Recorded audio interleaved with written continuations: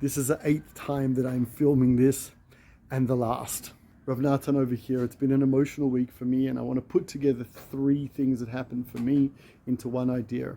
First and foremost, this week's Torah portion is the beginning of the last book of the 5 books of Moses. This book is called Devarim, Deuteronomy.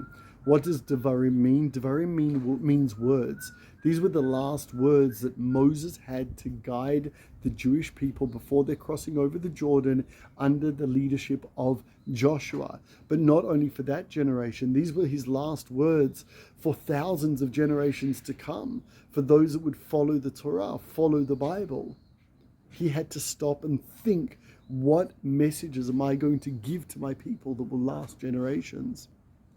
The second thing is my amazing nieces and nephew are in Poland over the past week, and they are walking through Auschwitz, the death camp that through the Nazis, as we know in the Holocaust, murdered over 6 million Jews and gypsies and gays and political prisoners.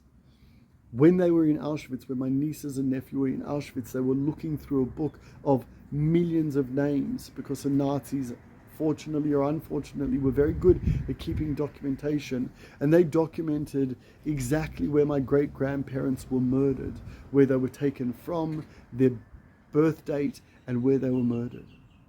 It got me thinking. The third thing is my birthday this week. Those great-grandparents, I don't know what they stood for. They didn't have a chance to write a book. They didn't have a chance to pass on to their children or their grandchildren what they wanted for them in the world, what guidance they wanted to give to them. And I think that it's a very, very fundamental thing that we need to think about. Do we live life just for today, or do we connect our life from yesterday, from our great-great-grandparents to our parents, to our great-grandparents, to our grandparents, to our parents, to us, and then also take into consideration the future. Our children, our grandchildren, our great-grandchildren, hopefully will be able to look at us as a foundation to what we stood for, what we believe, and what we want for them in the world. May things like the Holocaust never happen again, and may we always have the chance to teach our children and our grandchildren and our great-grandchildren what to stand for, how to make the world a better place. Shabbat Shalom.